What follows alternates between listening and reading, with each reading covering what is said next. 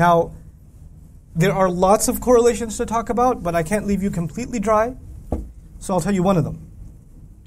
This surah in the beginning, Allah will say He warns of an intense war. قَيِّمًا لِيُنذِرَ بَأْسًا شَدِيدًا مِنْ لَدُنْهُ.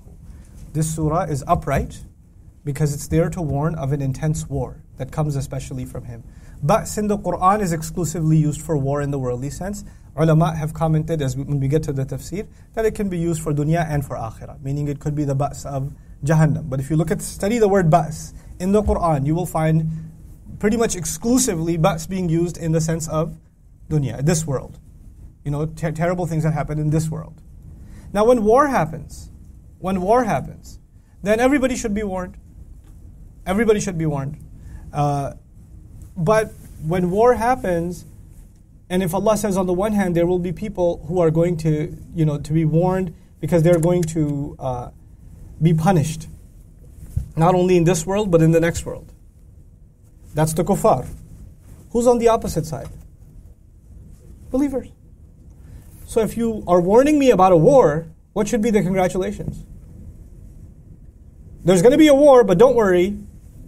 Fill in the blank. Help me. You're going to win. Don't worry. You'll come out okay. Don't worry. You'll survive. Isn't that what you're expecting? He says, وَيُبَشِّرَ الْمُؤْمِنِينَ الَّذِينَ يَعْمَلُونَ الصَّالِحَاتِ أَنَّ لَهُمْ أَجْرًا حَسَنًا. And I'm thinking, okay. So he's giving good news to believers who do good deeds. They're going to have a beautiful reward. I'm thinking maybe the reward is also where? Here. He says, no, not this reward. مَاكِثِينَ فِيهِ أَبَدًا.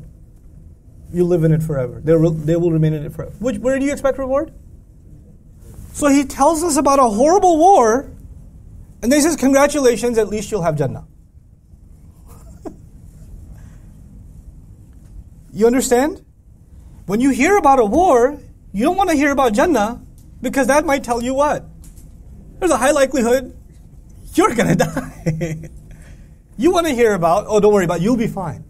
You'll be okay. That's not what He protects you from. He protects you from the punishment there.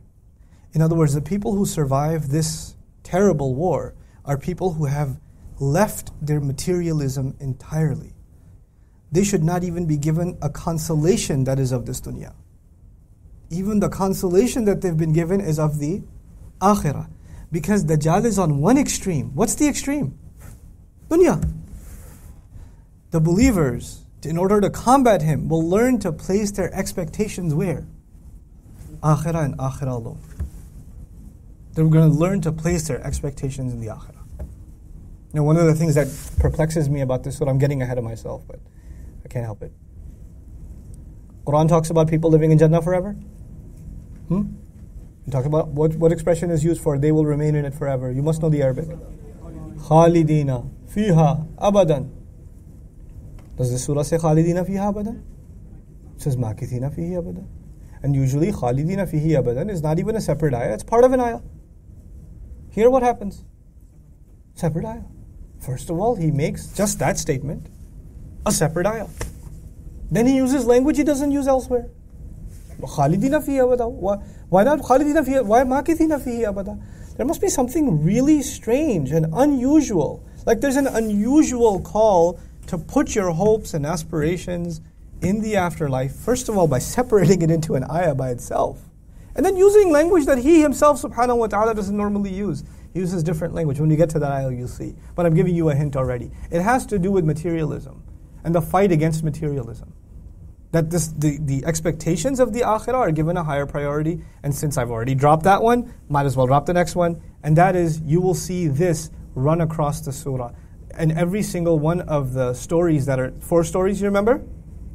These young men have their expectations in the right place. Okay? They don't say, what's going to happen to my youth? I'm a young man, I'm not even married yet. What am I going to do in a cave? Where am I going to get food? They just go. Their expectations are in the right place. It's because false expectations are in this world. Correct expectations are with Allah. Next story is a guy who has a garden, and his false expectations are where? With his garden. The next story is Musa alayhi salam not to have false expectations based on what he sees. There's a deeper reality. Don't realize, there's again false expectation. Then the final story is who? Dhul Qarnayn. And Dhul Qarnayn causes or has like victory after victory. And when people are used to victory, then they give a victory speech. And in a victory speech, he's like, I'd like to thank my soldiers who risked their lives. We are number one. Right? What does he say? He gets his victory speech and he says, well, actually, هَذَا رَحْمَةٌ مِّن رَبِّي. This is an act of love and mercy from my Rabb. فَإِذَا جَاءَ وَعْدُ رَبِّي جَعَلَهُ دَكَّاءَ. All of this victory, when the promise of my Rabb comes, all of this will be crushed. I have no expectations in this victory. You know? Because the only thing that will be forever is the reward that believers get.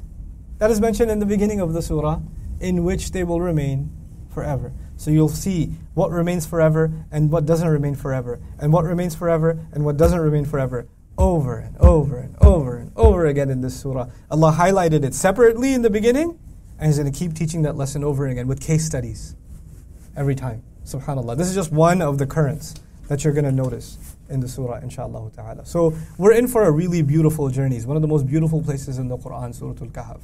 I'm very excited that we're going to be doing this, inshaAllah ta'ala. So when we get back on Sunday now,